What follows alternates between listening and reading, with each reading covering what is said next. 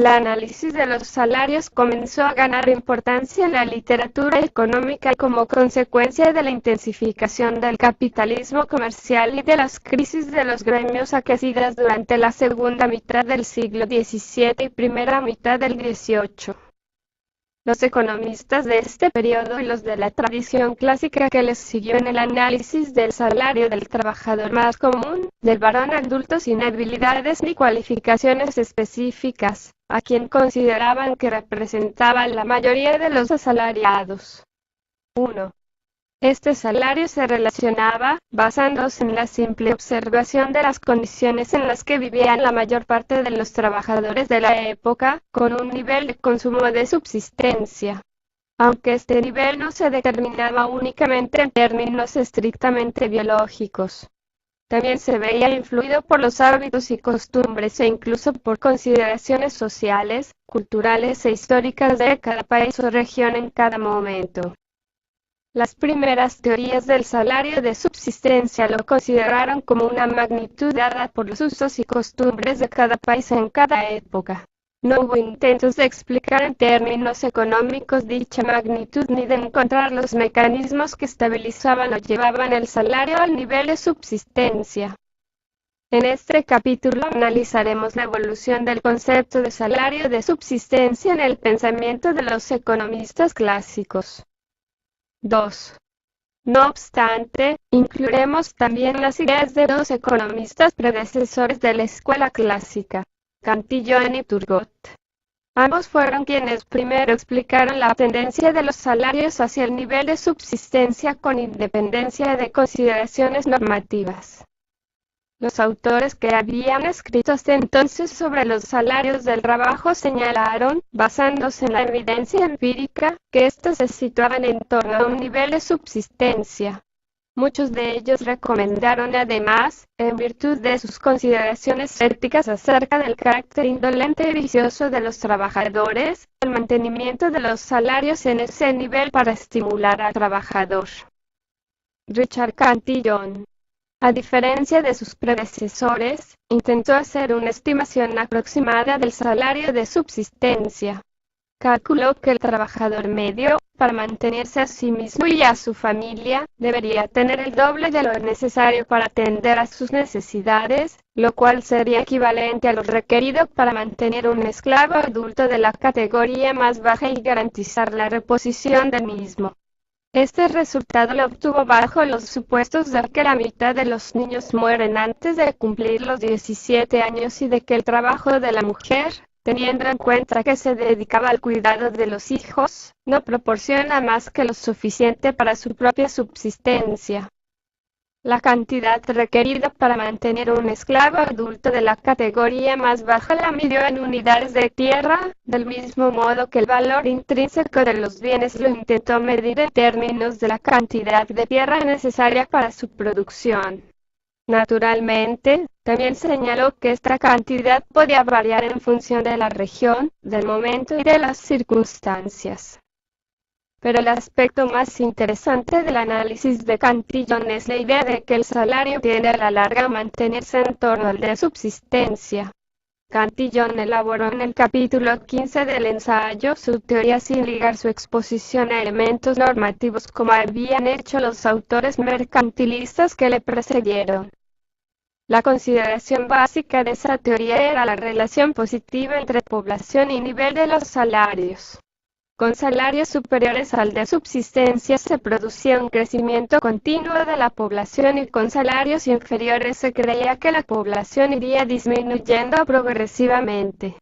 Por otra parte, dado que las variaciones de la población se suponían estrictamente ligadas a los cambios en la fuerza de trabajo, se esperaba que los salarios iban a ajustarse al nivel de subsistencia, por lo menos siempre que la demanda de mano de obra mantuviera una tendencia estacionaria.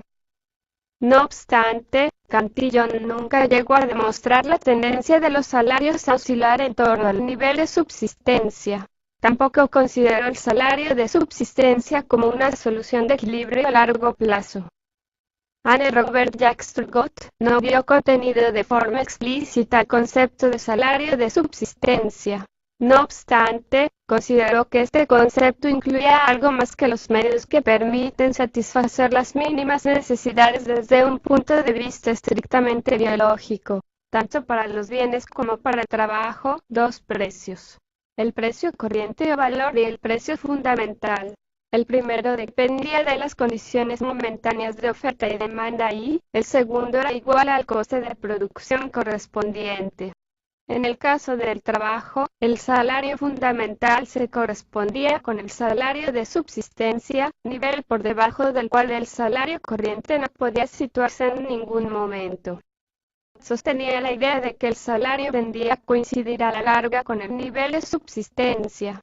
Introdujo dos consideraciones para obtener este resultado: la situación de necesidad de la mayor parte de los trabajadores, que no tienen otras rentas más que las procedentes de su trabajo, y el gran número de trabajadores, esto es, la existencia de un exceso de oferta de trabajadores como rasgo normal de la economía. Estos dos factores, según él, debilitaban el poder de negociación de los trabajadores que competían por obtener los escasos empleos y llevaban el salario a su nivel de subsistencia. Turgot se expresaba en los siguientes términos: el simple obrero que no cuenta más que con sus brazos y su industria nada tiene mientras no consigue vender a otro su trabajo. Lo vende más o menos caro, pero ese precio no depende de él solo. Es el resultado del acuerdo al que llega con aquel que le paga su trabajo. Este le paga lo menos que puede. Como puede escoger entre un gran número de obreros, prefiere al que le trabaje más barato. Los obreros, por consiguiente, están obligados a bajar el precio en la puja de unos con otros. En toda clase de trabajo tiene que ocurrir y ocurre, en efecto, que el salario del obrero se limite a lo necesario para procurarse la subsistencia. Desde la perspectiva de Turgot, por tanto, no hay ningún ajuste de la población que lleve al salario hacia su valor de subsistencia. Es la condición de extrema necesidad de los trabajadores y el permanente exceso de oferta de trabajo lo que explica esa tendencia. Sin embargo, Turgot no proporcionó ninguna explicación de por qué los salarios no podían caer por debajo de su valor de subsistencia en presencia de desempleo. Adam Smith tomó la consideración de Cantillon respecto al ajuste de la población provocado por salarios diferentes al de subsistencia. Pero, en el contraste con él, la insertó en un modelo de economía dinámica más interesante. Consideró Smith tres estados de la economía caracterizados por diferentes ritmos de acumulación de capital y de crecimiento de la demanda de mano de obra: economía en expansión, en decadencia y estacionaria. La tendencia de los salarios hacia su valor de subsistencia no se daba, entonces, de modo tan automático. Adam Smith situó, de forma más clara que Turgot, su teoría de los salarios en el marco general de su teoría de los precios. El trabajo, como todas las mercancías, tenía para Smith un precio de mercado que dependía de las condiciones momentáneas de la oferta y la demanda, y un precio natural que era igual al coste de producción correspondiente. El coste de producción del trabajo venía dado por el valor de las subsistencias. En el modelo de Smith, el nivel de subsistencia solo se alcanza cuando la economía llega al estado estacionario. Mientras haya crecimiento, los salarios se sitúan por encima de dicho nivel. Solo cuando el proceso de acumulación de capital se detiene y la demanda de trabajo deja de crecer, el mecanismo de ajuste de la oferta de trabajo actúa. Los salarios caen al nivel de subsistencia y la población deja de aumentar. En las economías en expansión, pensaba Smith, los salarios se sitúan por encima del nivel de subsistencia y además cabe esperar que crezcan.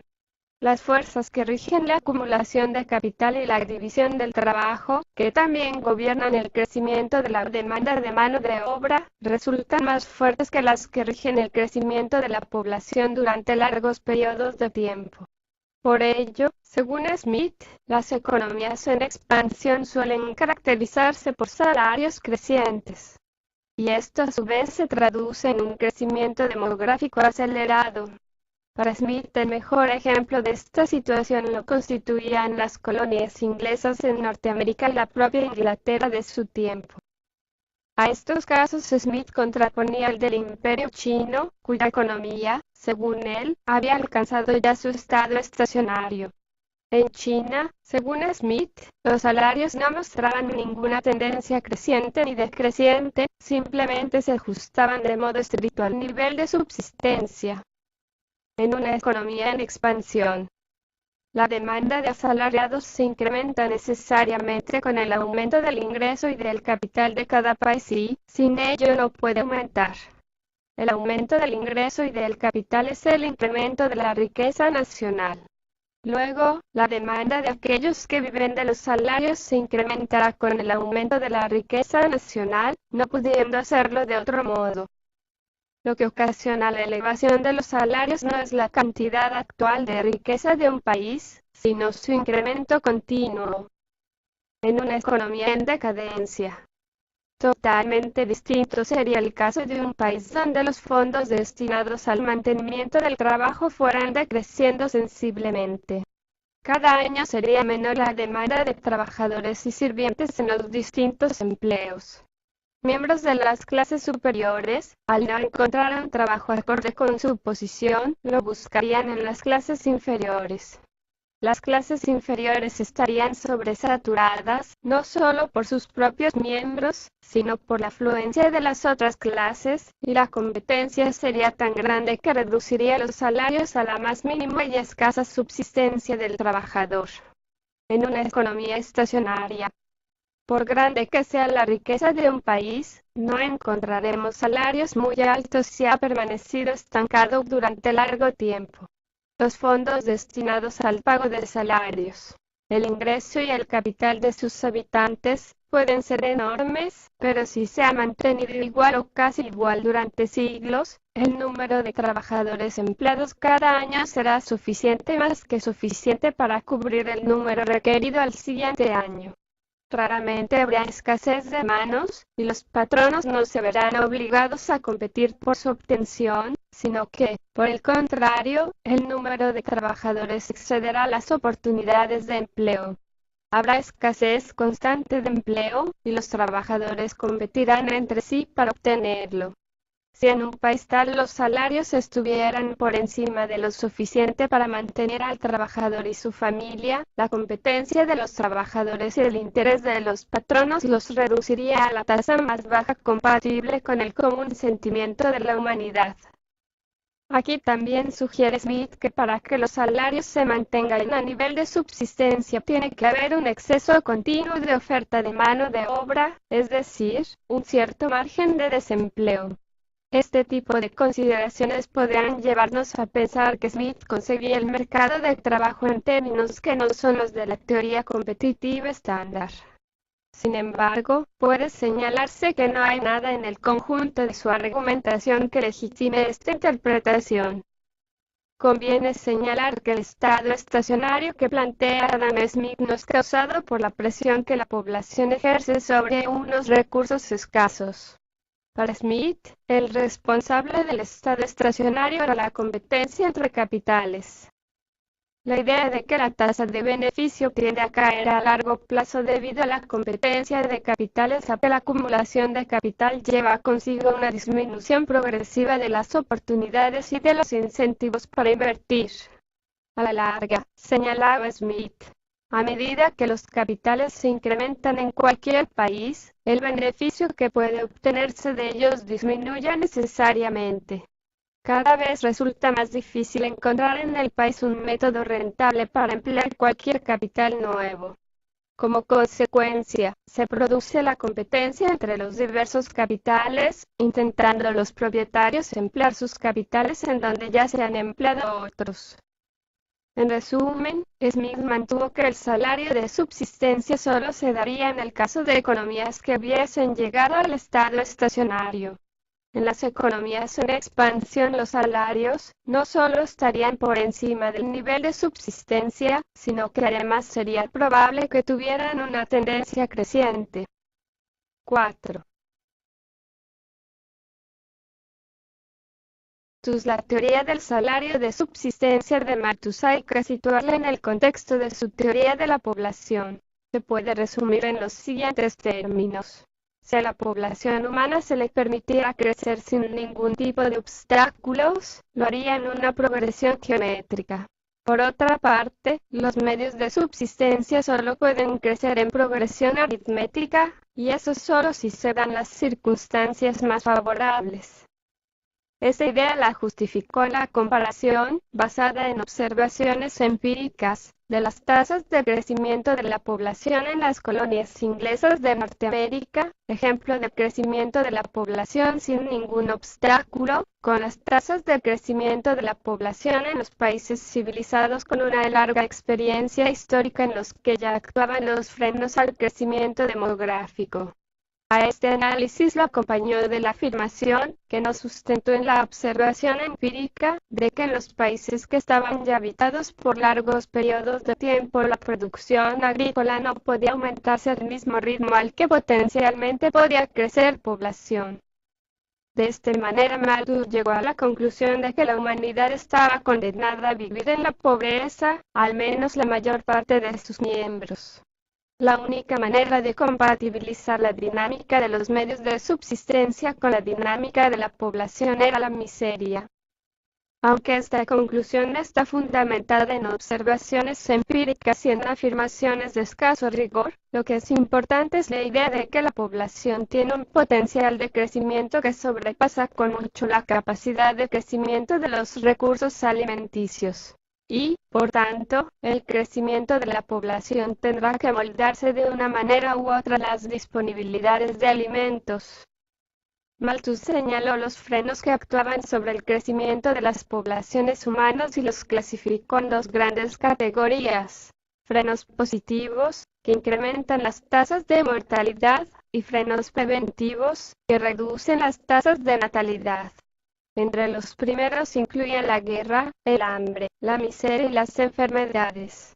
Entre los segundos hablaba de vicio, aborto, contracepción, y de restricción moral, abstinencia sexual. A partir de estos argumentos sobre el crecimiento de la población y sobre los factores que frenan su crecimiento puede llegarse a la conclusión de que los salarios van a tender al nivel de subsistencia. En sus principios de economía política, Malthus incluye un capítulo dedicado a los salarios, en el que introduce las ideas sobre la población como Kant y Johnny Smith, la relación creciente que existe entre el nivel de salarios y el tamaño de la población. Pero también señala que no se puede esperar que los salarios crezcan de modo sostenido en el tiempo debido al rápido ajuste que este crecimiento provocaría en la población y, por tanto, en la oferta de trabajo. Y ello, sea cual sea el ritmo de acumulación de capital y de aumento de la demanda de trabajo.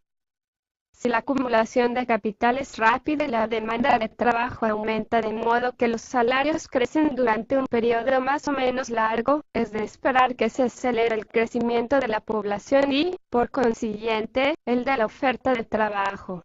Y este crecimiento de la oferta de trabajo hará que los salarios bajen hasta alcanzar el nivel de subsistencia.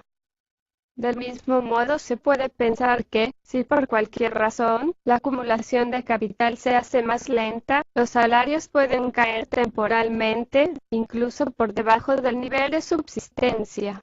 Este nivel, según Malthus, depende de los hábitos y costumbres de cada país y viene históricamente determinado. Además es muy difícil que cambie a lo largo del tiempo debido a la obstinación con que se adhieren las costumbres a toda clase de gente. Ricardo, al construir su modelo de crecimiento, consideró los salarios como una constante a largo plazo. Señaló que el precio natural de la mano de obra era el que permitía perpetuar la raza sin incremento ni disminución. Y un poco más adelante reconocía que el precio natural de la mano de obra no se podía considerar constante, sino que dependía de los hábitos y costumbres de la gente. La consideración del salario de subsistencia como una constante a largo plazo ha sido la interpretación tradicional de Ricardo, basada sobre todo en las reelaboraciones de Calor y Pasinetti. En esta línea interpretativa, el supuesto de salarios fijos implica que la oferta de trabajo es perfectamente elástica al nivel del salario de subsistencia. Pero en este caso una oferta perfectamente elástica no significa que haya desempleo, ni subempleo. En esta versión estilizada del modelo ricardiano de crecimiento se supone que hay pleno empleo en todo momento porque los ajustes malthusianos se producen con velocidad infinita. A medida que se reinvirtien los beneficios empresariales, la demanda de trabajo aumenta y la oferta de trabajo va creciendo al mismo ritmo, sin que los salarios se modifiquen. En general, los economistas que siguieron a Ricardo aceptaron la tesis de los salarios de subsistencia, aunque relativizaron el concepto al acentuar la nota sociológica. Cuando se producía una subida de los salarios de mercado por encima del de subsistencia, este último aumentaba. Ello se justificaba porque durante el periodo de 18 o 20 años que transcurría para que los efectos de ese aumento se dejaran sentir en la fuerza de trabajo mejoraban los hábitos de los trabajadores, quienes además aprendían y ejercían un mayor grado de restricción moral. No se producía, por tanto, un aumento de la fuerza de trabajo de forma que llevara al salario de subsistencia al nivel inicial, sino a un nivel más elevado.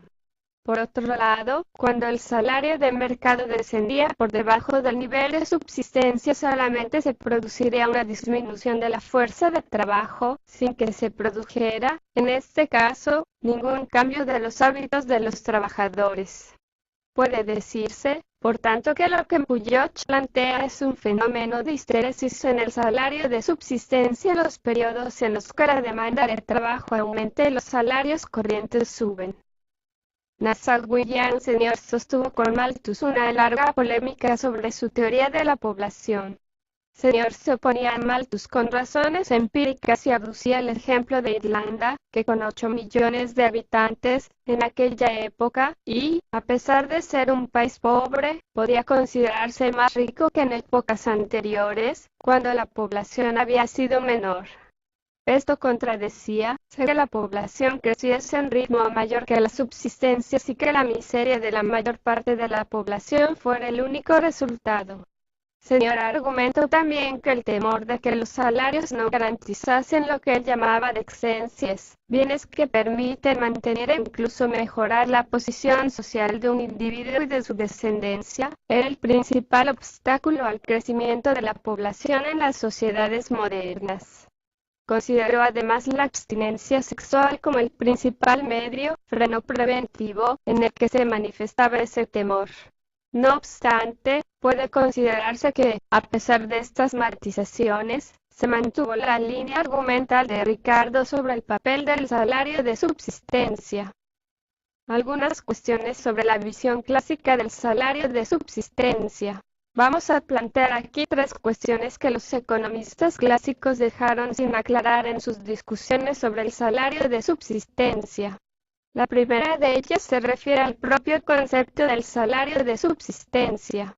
Los clásicos, en general, no trataron dicho salario como un mínimo biológico, sino que lo interpretaron en términos sociológicos y culturales, con un valor que dependía de los usos y costumbres vigentes en cada época y en cada país. Sin embargo, cuando describieron el proceso de crecimiento de la economía, tanto Ricardo como su antecesor Smith recurrieron a una dinámica malthusiana bastante estricta que implicaba ajustes fundamentalmente biológicos. En general, los clásicos no se percataron de aquel tipo de ajustes demográficos implícitos en la teoría malthusiana de los salarios no tienen un sentido claro cuando se abandona la perspectiva. Una forma de interpretar los ajustes demográficos de la teoría de los salarios de subsistencia desde una perspectiva cultural y sociológica sería a través de una teoría de las decisiones familiares. Aunque de forma muy tosca, esta teoría puede construirse bajo el supuesto de que el objetivo de la familia es maximizar una función de utilidad que depende básicamente del número de hijos. En otros términos, el objetivo de la familia puede ser el siguiente: cuanta más descendencia mejor. La única restricción es la de mantener un nivel de bienestar que viene determinado por los usos y costumbres de la sociedad en cada momento. En este contexto, si el salario vigente es superior al de subsistencia, que garantiza el nivel de bienestar a mantener, la decisión de la familia es aumentar su tamaño en la mayor medida posible. Si el salario vigente es igual al de subsistencia, la familia mantiene su decisión respecto al número de hijos. La población se mantiene también constante. Por último, si el salario vigente es inferior al de subsistencia, la familia toma la decisión de reducir su tamaño respecto al tamaño planeado para el caso de un salario igual al de subsistencia. La segunda cuestión a la que los clásicos no dieron una respuesta clara es la relación entre el salario de subsistencia y la teoría de los salarios relativos. Cuando los economistas clásicos adoptan la perspectiva agregada y se enfrentan al análisis del mercado de trabajo en su conjunto, recurren a la teoría del salario de subsistencia, de carácter esencialmente demográfico. Por otro lado, siendo conscientes de las diferencias salariales existentes, los clásicos, fundamentalmente Adam Smith, elaboran sus explicaciones al respecto sin relacionarlas con la idea del salario de subsistencia y los ajustes demográficos. Bajo la consideración de diferentes mercados de trabajo perfectamente estancos, sin posibilidad de movilidad de trabajadores entre ellos, podría pensarse en ajustes malthusianos en cada uno de ellos que lleve a los salarios a largo plazo hacia el nivel de subsistencia. Ahora bien, bajo un entorno competitivo en el que se presupone que no hay obstáculo alguno a la movilidad del trabajo, como el que plantea Smith, los ajustes demográficos se combinarían con los ajustes generados por la movilidad de trabajadores entre distintas ocupaciones. No se tendría ningún resultado cierto en cuanto a la tendencia de los salarios hacia el nivel de subsistencia. La última de las tres cuestiones que vamos a señalar se refiere a los ajustes demográficos en el modelo de crecimiento de Ricardo. El mecanismo población-salario implícito en el modelo de Ricardo se aplica únicamente a la clase trabajadora. Ahora bien, ¿cómo se modificaría el modelo si los ajustes demográficos se produjesen también para las clases superiores, los terratenientes y los capitalistas? Puede pensarse que cada una de ellas tendría su propio mínimo de subsistencia y ajustaría su tamaño a dicho mínimo.